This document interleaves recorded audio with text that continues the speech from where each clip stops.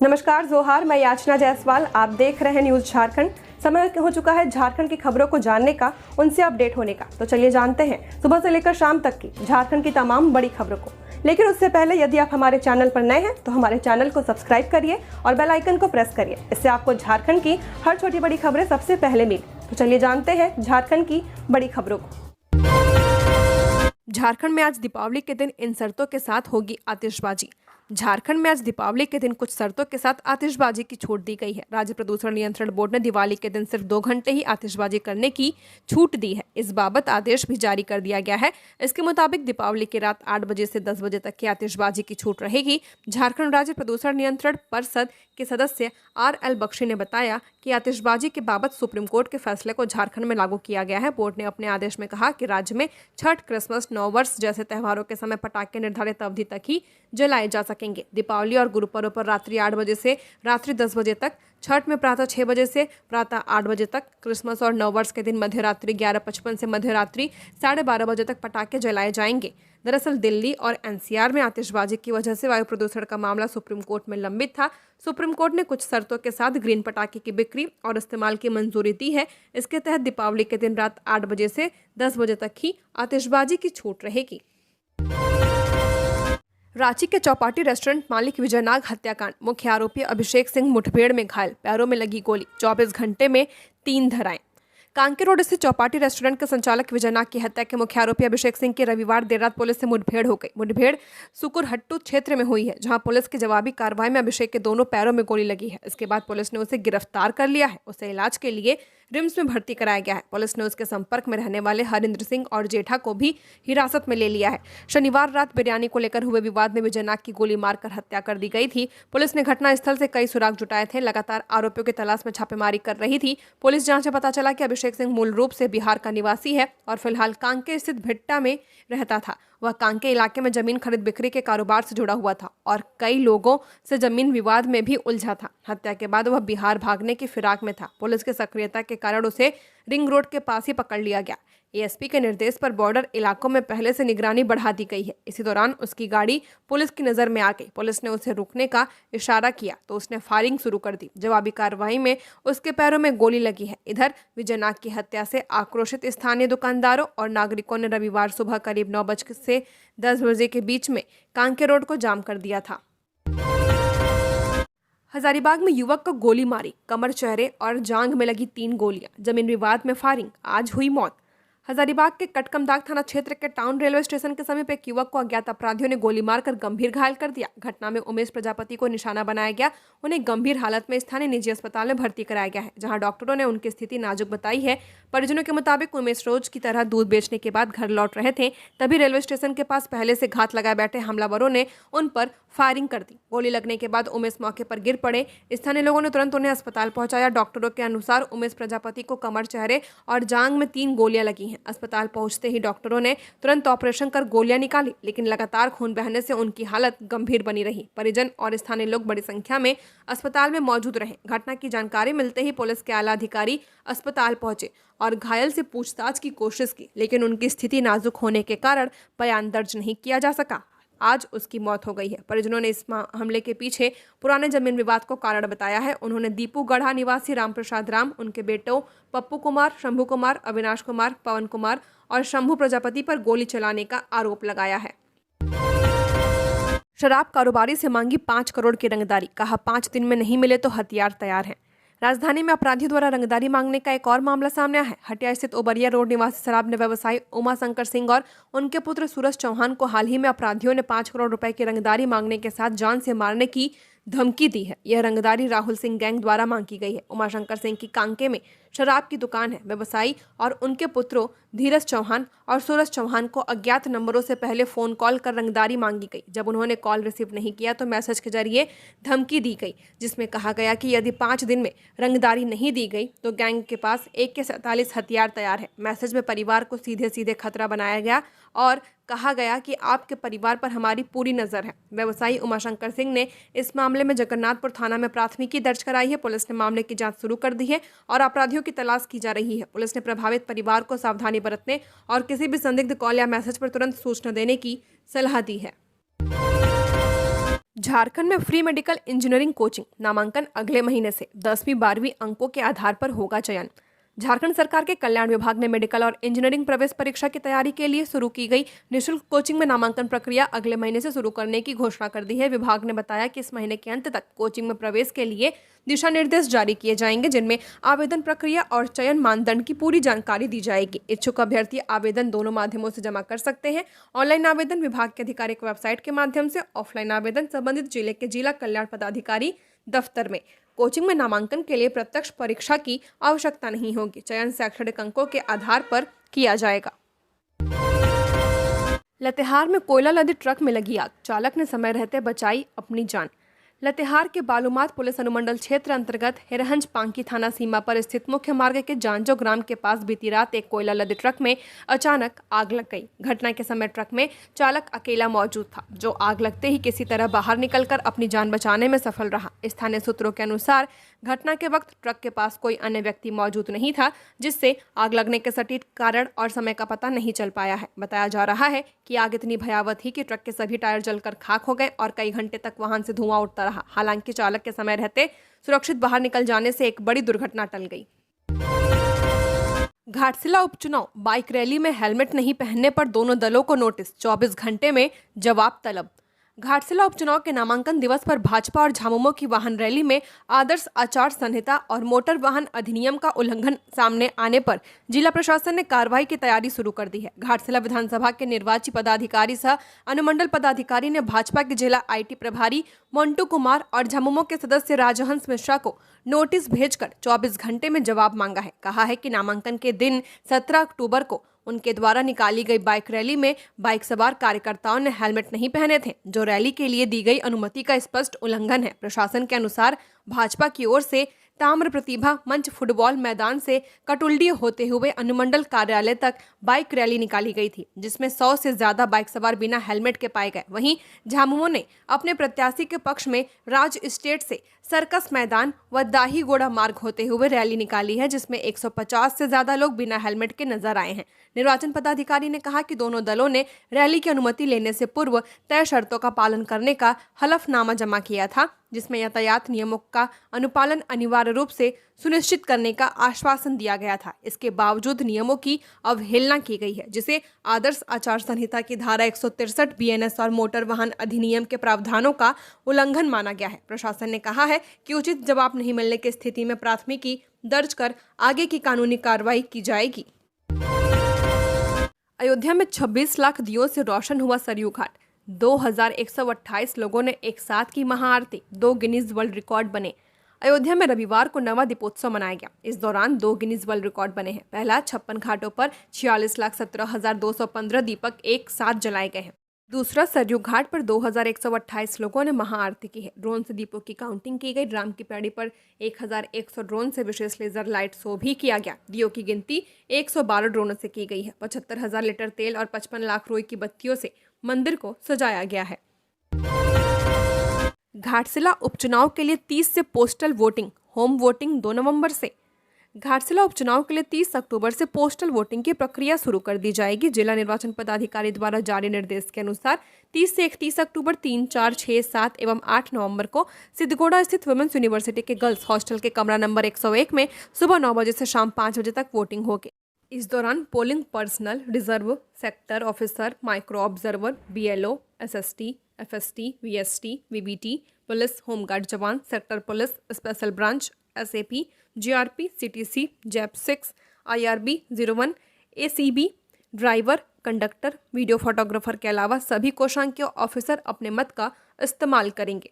5, 6 और 7 नवंबर को women's hostel के कमरा नंबर 102 में आवश्यक सेवा से जुड़े वोटर मतदान करेंगे। 8, 9 व 10 नवंबर को Ghatshila SDO office RO cell से जुड़े पदाधिकारी व कर्मचारी वोटिंग करेंगे। जिला निर्वाचन पदाधिकारी के निर्देश पर 85 वर्ष से ज्यादा व 45% से ज्यादा दिव्यांग मतदाताओं को होम वोटिंग का अधिकार दिया गया है। इसके लिए 2 से 7 नवंबर व 9 से 10 नवंबर तक चिन्हित किए गए मतदाताओं के घर पर पहुंचकर चुनाव कार्य से जुड़े अधिकारी वोटिंग कराने का काम पूरा करेंगे। लक्ष्मी गणेश पूजन का शुभ मुहूर्त और पूजा विधि। आज पूरे देश में दीपों का पर्व दिवाली बड़े उल्लास और आस्था के साथ मनाया जा रहा है। यह दिन सकारात्मक ऊर्जा, नवीन शुरुआत और आर्थिक समृद्धि का प्रतीक माना जाता है। दिवाली की रात मां लक्ष्मी और भगवान गणेश की पूजा का विशेष महत्व होता है। ऐसी मान्यता है कि लक्ष्मी गणेश की पूजा न केवल धन, सुख और ऐश्वर्य प्रदान करती है, बल्कि जीवन में शांति और मानसिक संतुलन भी लाती है। इस पूजा को करने का सबसे शुभ समय होता है निश्चिता काल, जिसे दिवाली की रात का सबसे शक्तिशाली और प्रभावी समय माना जाता है। निश्चिता काल रात के मध्य का वह विशेष समय होता है जब दिन और रात के बीच की ऊर्जा सबसे ज्यादा संतुलित और शक्तिशाली होती है। ज्योतिष और तांत्रिक शास्त्रों में इसे पवित्र और सिद्धि प्राप्ति के लिए श्रेष्ठ काल कहा गया है। इस समय किए गए मंत्र जाप, ध्यान और पूजा से न केवल भौतिक लाभ मिलता है, बल्कि मानसिक शांति और आध्यात्मिक उन्नति भी संभव होती है। जानिए पूजा के शुभ मुहूर्त। प्रदोष काल शाम 5:46 से रात 8:18 तक। वृषभ काल शाम 7:08 से रात 9:03 तक। निशिता काल मुहूर्त रात 11:46 से 12:36 तक है। इस काल में की गई पूजा घर में स्थायी लक्ष्मी का वास कराती है। जीवन से दरिद्रता, क्लेश और मानसिक तनाव दूर होते हैं। यह समय तांत्रिक रूप से सिद्ध काल माना गया है, जिससे पूजा का प्रभाव कई गुना ज्यादा होता है। रांची का तापमान सामान्य से 1.2 डिग्री ज्यादा। अगले 5 दिन बढ़ेगी गर्मी, तापमान रहेगा स्थिर। 24 अक्टूबर को हल्की बारिश की उम्मीद। अक्टूबर के महीने में जहां आमतौर पर हल्की ठंड की शुरुआत होती है, वहीं झारखंड में इस बार गर्मी का प्रकोप बना हुआ है। मौसम विभाग के अनुसार राज्य के ज्यादातर हिस्सों में अधिकतम तापमान सामान्य से ऊपर दर्ज किया गया है। राजधानी रांची में अधिकतम तापमान 30.2 डिग्री सेल्सियस रहा। यह सामान्य से 1.2 डिग्री सेल्सियस ज्यादा है। वहीं राज्य का सबसे गर्म स्थान देवघर रहा, जहां तापमान 33.7 डिग्री सेल्सियस दर्ज किया गया है। चाईबासा में भी पारा 32.8 डिग्री सेल्सियस तक पहुंचा, जो सामान्य से 2.5 डिग्री सेल्सियस ज्यादा था। जमशेदपुर में 32.6, बोकारो में 32.9, सरायकेला में 32.6 और पाकुड़ में 32.7 डिग्री सेल्सियस तापमान दर्ज किया गया है। रांची मौसम विज्ञान केंद्र के अनुसार 23 अक्टूबर तक झारखंड के दक्षिणी और मध्य भागों में आंशिक बादल रहेंगे, जबकि शेष हिस्सों में मौसम शुष्क रहेगा। अधिकतम तापमान में किसी बड़े बदलाव की संभावना नहीं है, जिससे गर्मी का असर जारी रहेगा। विभाग ने अनुमान जताया है कि अगले 3 दिनों में न्यूनतम तापमान में 2 से 3 डिग्री सेल्सियस तक की वृद्धि हो सकती है। इससे सुबह और शाम की हल्की ठंडक में कमी आएगी। रांची और आसपास के क्षेत्रों में अगले 3 दिनों तक अधिकतम तापमान 30 डिग्री सेल्सियस और न्यूनतम 20 डिग्री सेल्सियस से 21 डिग्री सेल्सियस के बीच रहने की संभावना है। मौसम विभाग ने बताया कि 24 अक्टूबर से राज्य के पश्चिमी और मध्य हिस्सों में आंशिक बादल छाने और गर्जन के साथ हल्की बारिश की संभावना है। वहीं 25 अक्टूबर को कुछ इलाकों में गर्जन के साथ हल्के ओले गिर सकते हैं। दिवाली पर इन चीजों का लगाए भोग, माता लक्ष्मी होंगी प्रसन्न।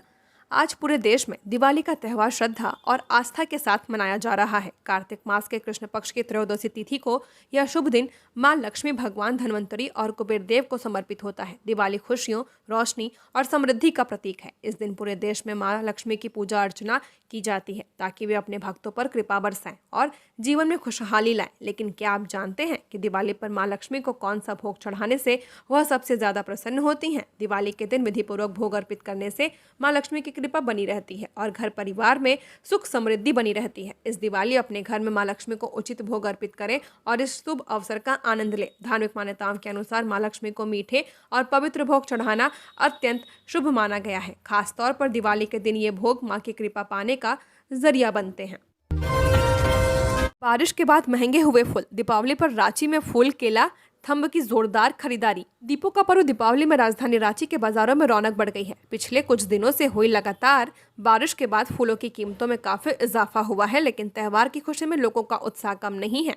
सुबह से ही बाजारों में भीड़ लगी रही और श्रद्धालु माता लक्ष्मी और भगवान गणेश की पूजा अर्चना के लिए फूल माला और केला, थंब की खरीदारी कर रहे हैं। हर साल दीपावली के मौके पर रांची में लगभग 80 से 90 ट्रक गेंदा फूल की खपत होती है। इस बार भी मांग काफी ज्यादा है, लेकिन बारिश के कारण फूलों की गुणवत्ता प्रभावित हुई है। खासकर पश्चिम बंगाल और कोलकाता के हावड़ा और बड़ा बाजार से मंगाए गए पीले और लाल गेंदा फूल, मोती फूल की माला, रजनीगंधा और कमल फूल की खेप में कुछ नुकसान हुआ है। थोक बाजार में 20 लड़ियों वाले गेंदा फूल की बोरी की कीमत अब 1100 से 1500 रुपए तक पहुंच गई है। रांची के लालपुर, कचहरी चौक, अपर बाजार, कांटा टोली और रातू रोड इलाकों के फूल बाजारों में सुबह से ही ग्राहकों की भीड़ उमड़ी हुई है। दुकानदारों का कहना है कि बारिश के कारण फूल थोड़े महंगे जरूर हैं, लेकिन लोग पूजा की खुशी में खरीदारी में पीछे नहीं हट रहे हैं।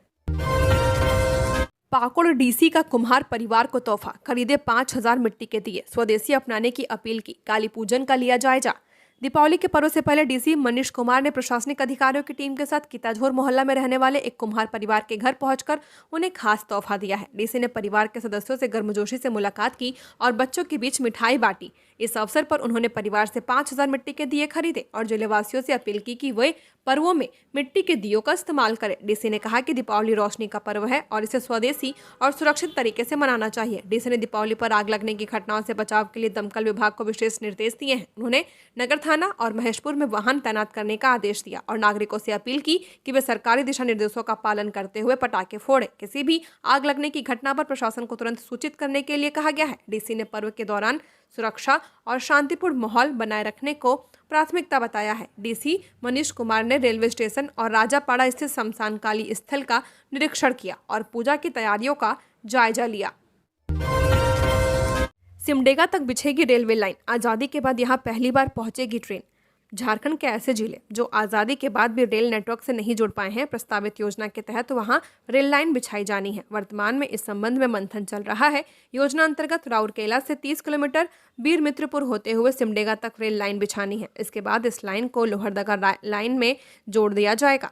बीरमित्रपुर से सिमडेगा तक लाइन जुड़ते ही गुमला जिले में भी रेल नेटवर्क पहुंचेगा और लोहरदगा टोरी से भी जुड़कर एक नया रेल नेटवर्क के रूप में तब्दील हो जाएगा। इससे विशेषकर आदिवासी बाहुल जिले जो रेल नेटवर्क से नहीं जुड़े हैं वे भी जुड़ जाएंगे। इससे रोजगार के संसाधन भी उपलब्ध होंगे और छूटे हुए जिलों के लिए सुलभ और सस्ता आवागमन का माध्यम भी उपलब्ध हो जाएगा। वर्तमान में हटिया से राउरकेला तक बंडा-मुंडा रेल लाइन जुड़ी हुई है जो सिमडेगा मुख्यालय से अछूती है। हटिया राउरकेला लाइन लोधमा खुंटी जिला, कर्रा गोविंदपुर, बक्सरपुर, पकरा, खुरखुरा, महाबोंग, सिमडेगा जिला का बानो, टाटी, उड़गा से होकर गुजरती है। वहीं रांची से लोहरदगा के बीच रेल लाइन है, लेकिन गुमला जैसे मुख्यालय भी रेल मार्ग से नहीं जुड़े हैं। घाटशिला उपचुनाव, सांसद मनीष जायसवाल का झामुमो पर बड़ा आरोप, जाने क्या कहा। घाटशिला विधानसभा क्षेत्र में उपचुनाव को लेकर राजनीतिक बयानबाजी तेज हो चुकी है। हजारीबाग सांसद मनीष जायसवाल ने झारखंड मुक्ति मोर्चा पर आरोप लगाते हुए कहा है कि पिछले 2 उपचुनावों में दिवंगत मंत्रियों के पुत्रों को चुनाव लड़ाने से पहले मंत्री बनाया गया था ताकि उन्हें विशेष लाभ मिल सके। मनीष जायसवाल ने कहा कि डुमरी और माधोपुर उपचुनाव में दिवंगत मंत्रियों के परिवार के लोगों को ही उम्मीदवार बनाया गया और चुनाव से पहले मंत्री पद देकर उन्हें फायदा दिया गया है, परंतु घाटशिला उपचुनाव में दिवंगत मंत्री रामदास सोरेन के पुत्र को झामुमो ने उम्मीदवार बनाया, लेकिन उन्हें चुनाव से पहले मंत्री क्यों नहीं बनाया गया, यह स्पष्ट नहीं है। सांसद ने आरोप लगाया कि इससे यह स्पष्ट होता है कि झामुमो केवल एक ट्राइबल चेहरे को आगे बढ़ाना चाहती है और वह है मुख्यमंत्री हेमंत सोरेन और उनके परिवार के लोग। उन्होंने सवाल उठाया कि इस उपचुनाव में पारदर्शिता और निष्पक्षता का पालन क्यों नहीं किया गया है। लोगों को साइबर अपराधी बता पुलिस से छुड़ाने के नाम पर वसूली का खेल, देवघर में जेएमएम नेता पर लगे गंभीर आरोप। देवघर में एक शख्स ने झामुमो के युवा प्रकोष्ठ के जिला अध्यक्ष पर गंभीर आरोप लगाए हैं। आरोप लगाया कि झामुमो नेता अपने राजनीतिक पद और पार्टी के नाम का दुरुपयोग करते हुए आम लोगों को साइबर अपराधी बताकर पुलिस से गिरफ्तार करवाते हैं और फिर मोटी रकम लेकर उन्हें छुड़ाने का सौदा करते हैं। दरअसल मोहनपुर निवासी सचिन दास ने झारखंड मुक्ति मोर्चा के युवा प्रकोष्ठ के जिला अध्यक्ष राहुल चंद्रवंशी पर गंभीर आरोप लगाए हैं। सचिन दास का दावा है कि राहुल चंद्रवंशी आम लोगों को साइबर अपराधी बताकर पुलिस से गिरफ्तार करवाते हैं, फिर मोटी रकम लेकर उन्हें छुड़ाने का सौदा करते हैं। सचिन दास ने बताया कि जब उन्होंने इस गैर कानूनी गतिविधि का विरोध किया तो राहुल चंद्रवंशी अपने 2 साथियों के साथ होटल बैजनाथ बिहार गए, वहां से उन्हें बहला फुसलाकर अपने साथ ले गए और उनके साथ बेरहमी से मारपीट की है। उन्होंने आरोप लगाया कि इस दौरान उनके मुंह में सरकारी पिस्तौल भी ठूस दी गई थी और उन्हें जान से मारने की धमकी दी गई। मोदी ने आईएनएस विक्रांत पर नौसैनिकों के बीच दिवाली मनाई। गोवा में कहा, हमारी सेनाओं ने ऑपरेशन सिंदूर में पाकिस्तान को घुटने पर ला दिया, नींद उड़ा दी। प्रधानमंत्री नरेंद्र मोदी ने सोमवार को गोवा में आईएनएस विक्रांत पर नौसैनिकों के बीच दिवाली मनाई। वे एक दिन पहले यहां पहुंच गए थे। इस दौरान उन्होंने नौसैनिकों से बातचीत की। यहां उन्होंने करीब 40 मिनट की स्पीच दी है। कहा, हमारा विक्रांत आज आत्मनिर्भर भारत और मेड इन इंडिया का बहुत बड़ा प्रतीक है। आईएनएस विक्रांत ने पाकिस्तान की रातों की नींद उड़ा दी थी, जिसका नाम ही दुश्मन का चैन छीन ले वो आईएनएस विक्रांत है। यह 12वीं बार है कि पीएम दिवाली पर जवानों के बीच पहुंचे और दिवाली मनाई है। पिछले साल पीएम गुजरात के कच्छ पहुंचे थे, जहां उन्होंने बीएसएफ, आर्मी, नेवी और एयरफोर्स के जवानों को मिठाई खिलाई थी। बीते 11 सालों में दिवाली के मौके पर पीएम सबसे ज्यादा 4 बार जम्मू कश्मीर गए थे। सड़क पर खड़े अलकतरा लदे टैंकर को कंटेनर ने पीछे से मारी टक्कर, पश्चिम बंगाल निवासी चालक की मौत। टाटा रांची राष्ट्रीय मार्ग 33 पर एक दर्दनाक सड़क हादसे में चालक की मौत हो गई है। तमाड़ के द्योड़ी मंदिर के पास जमशेदपुर से रांची की ओर जा रहे एक कंटेनर ट्रक ने सड़क के बीचों बीच खड़े टैंकर को पीछे से टक्कर मार दी। टक्कर इतनी जबरदस्त थी कि कंटेनर के अगले हिस्से के परखच्चे उड़ गए। दरअसल ब्रेकडाउन होने के कारण टैंकर सड़क के बीचों बीच रुक गया था। टैंकर ड्राइवर गाड़ी को सड़क किनारे लगाने के जुगाड़ कर रहा था।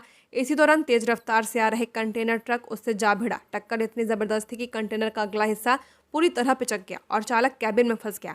स्थानीय लोगों की सूचना पर तमाड़ पुलिस मौके पर पहुंची। करीब आधे घंटे की मशक्कत के बाद चालक को कैबिन से बाहर निकाला गया। गंभीर घायल चालक को तत्काल तमाड़ अस्पताल ले जाया गया, लेकिन रास्ते में उसकी मौत हो गई। मृतक की पहचान पश्चिम बंगाल के अलीपुर द्वार निवासी तपन दास के रूप में की गई है। रांची में कार्तिक माह की विशेष पूजा। मां लक्ष्मी को प्रिय है नई धान की बाली और कमल के फूल। कार्तिक मास की अमावस्या पर हर साल की तरह इस वर्ष भी मां लक्ष्मी की विशेष पूजा अर्चना होगी। इस मौके पर पूजा में मां को खुश करने के लिए कमल का फूल और नई धान की बाली का विशेष महत्व माना जाता है। धार्मिक मान्यता है कि मां लक्ष्मी को इन वस्तुओं का अर्पण विशेष रूप से प्रिय है और इससे उनके कृपा दृष्टि हमेशा भक्तों पर बनी रहती है। नई धान की बाली को मां लक्ष्मी सबसे प्रिय मानती हैं। ऐसा माना जाता है कि इसे अर्पित करने से घर में दरिद्रता दूर होती है और धन वैभव और समृद्धि आती है। वहीं कमल का फूल भी मां के चरणों में चढ़ाने पर उनका आशीर्वाद प्राप्त होता है। इसी वजह से नूतन दीपावली या कार्तिक अमावस्या के दौरान पूजा में इन वस्तुओं की मांग बढ़ जाती है। रांची के बाजारों में इस समय ग्रामीण इलाकों से लाई गई धान की बाली और ताजा कमल के फूलों की बिक्री जोरों पर है। जानकारी के अनुसार धान की बाली 20 से 30 रुपए प्रति मुट्ठी और कमल के 2 फूल 20 रुपए में उपलब्ध हैं। लाल रंग का कमल भगवान गणेश को विशेष रूप से प्रिय है, क्योंकि यह मंगल और शुभता का प्रतीक है। इसी कारण गणेश पूजा में लाल कमल के फूलों का प्रयोग बड़े पैमाने पर किया जाता है।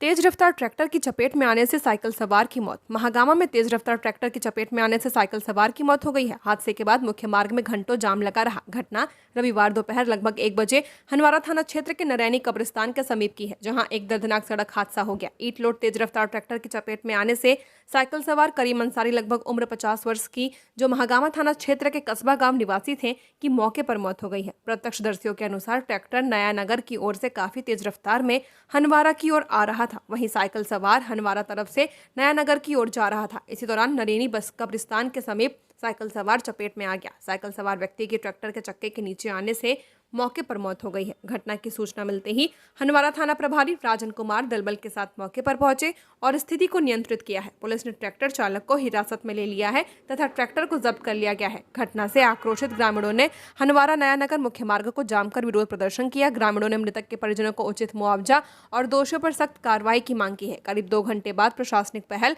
और दोनों पक्षों ट्रैक्टर मालिक तथा मृतक के परिजनों के बीच आपसी सहमति बनने के बाद जाम खुलवाया गया। 22, 24, 25 व 28 को धनबाद रक्सौल स्पेशल, 23, 25, 27 और 29 अक्टूबर को वापसी। ट्रेन में जनरल श्रेणी के 24 कोच होंगे। छठ के दौरान यात्रियों की सुविधा के लिए रेलवे ने धनबाद और रक्सौल के बीच 4 फेरे विशेष ट्रेन चलाने का निर्णय लिया है। 03-301 धनबाद रक्सौल 22, 24, 25 व 28 अक्टूबर को धनबाद से शाम 5:50 पर खुलेगी। गोमो, पारसनाथ, कोडरमा, तिलैया, राजगीर, नालंदा, बाढ़, मोकामा, बरौनी, समस्तीपुर, दरभंगा, सीतामढ़ी के रास्ते अगले दिन 10 बजे रक्सौल पहुंचेगी। वापसी में 03-302 रक्सौल धनबाद 23, 25, 27 और 29 अक्टूबर को रक्सौल से दिन के 11:25 पर खुलेगी और अगली सुबह 7:30 पर धनबाद पहुंचेगी। ट्रेन में जनरल श्रेणी के 24 कोच होंगे। पहले गला काटा, फिर गोली मारकर हत्या कर दी। पलामू में खौफनाक मर्डर।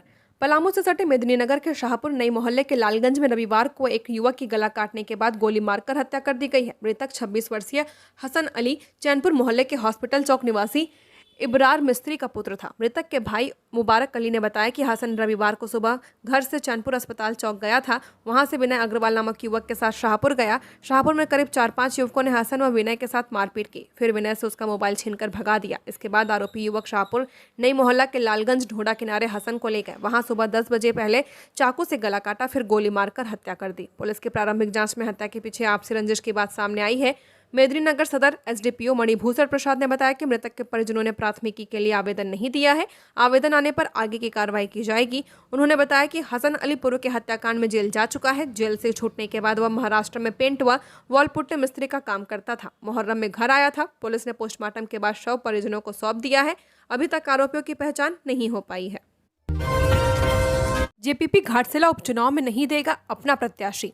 झारखंड पीपुल्स पार्टी के केंद्रीय अध्यक्ष सूर्य सिंह बेसरा घाटशिला उपचुनाव नहीं लड़ेंगे और न ही अपना कोई प्रत्याशी उतारेंगे, लेकिन 3 मुद्दे झारखंड आंदोलनकारी चिन्हितीकरण आयोग का पुनर्गठन करने, झारखंड आंदोलनकारियों का 9 महीने का बकाया भुगतान करने व संताल विश्वविद्यालय लेदा को स्वीकृति देने की मांग को उठाते रहेंगे। उक्त बातें जेपीपी के केंद्रीय अध्यक्ष सूर्य सिंह बेसरा ने एक प्रेस विज्ञप्ति जारी कर कही है। उन्होंने कहा कि घाटशिला विधानसभा क्षेत्र उनके राजनीतिक जीवन की आधारशिला रही है। 1990 में घाटशिला से विधायक चुने गए थे, लेकिन अलग झारखंड राज्य के मुद्दे पर 1991 में विधानसभा में त्यागपत्र दे दिया था। उसके बाद घाटशिला उपचुनाव में सीपीआई के टीकाराम मांझी को समर्थन देकर विजयी बनाए, लेकिन इस बार घाटशिला उपचुनाव में तटस्थ रहेंगे। भाई ने ट्रक से कुचलकर की भाई की हत्या, परिवार में पसरा मातम।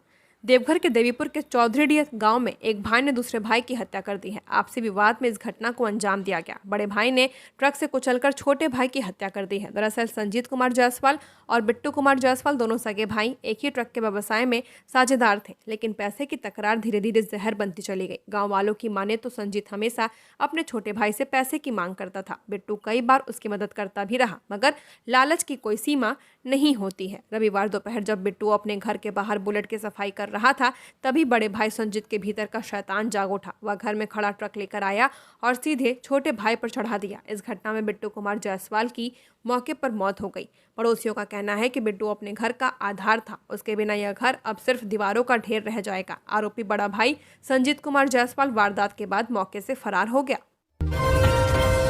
कोडरमा के अजय साहब ने इजराइल से सीखी खेती, दूसरी जगह से मिट्टी लाकर बंजर भूमि में उगाई सब्जी, आज बने मिसाल।